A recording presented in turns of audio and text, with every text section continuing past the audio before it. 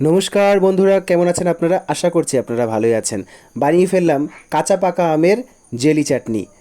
আমগুলোকে সুন্দর করে কেটে নিয়েছি, একটু কাঁচা গন্ধটাকে দূর করার জন্য সামান্য কিছু নুন দিয়ে একটু গরম জলে ভাপিয়ে নিলাম। আর হ্যাঁ বন্ধুরা, আমার চ্যানেলে যারা যারা নতুন দেখছেন ভিডিওটা সাবস্ক্রাইব করতে কিন্তু ভুলবেন না। এইদিকে আমার কিন্তু আম সেদ্ধ হয়ে গেছে, উতাল এসে গেছে, নামিয়ে রাখলাম একটি পাত্রে। তারপরে কড়াই চাপিয়ে দিলাম। আর হ্যাঁ, বিশেষ জিনিস উপকরণ দিয়েছি শুকনো লঙ্কা, আর সাথে কিন্তু সাদা সরষে নিয়েছি, আপনারা চাইলে কালো সরষেও ইউজ করতে পারেন। আর সুন্দর কালারের জন্য গুড় ইউজ করেছি, আপনারা নাও করতে পারেন।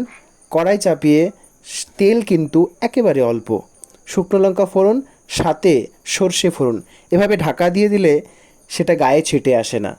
তারপর দিয়ে দিলাম আমগুলোকে, দিয়ে একটুক্ষণ রান্না করে যখন জলগুলো কমে আসবে, জল শুকিয়ে যাবে, দিয়ে দেবেন চিনি এবং একটু করে জল দিয়ে নেড়ে চেড়ে চিনি এবং গুড় দিয়ে সুন্দর করে রান্না করবেন।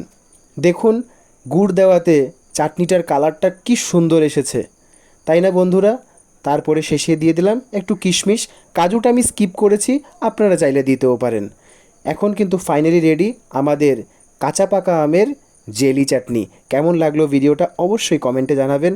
আর আপনারা পরবর্তীতে কী ভিডিও দেখতে চান রেসিপি রান্নার অবশ্যই জানাবেন।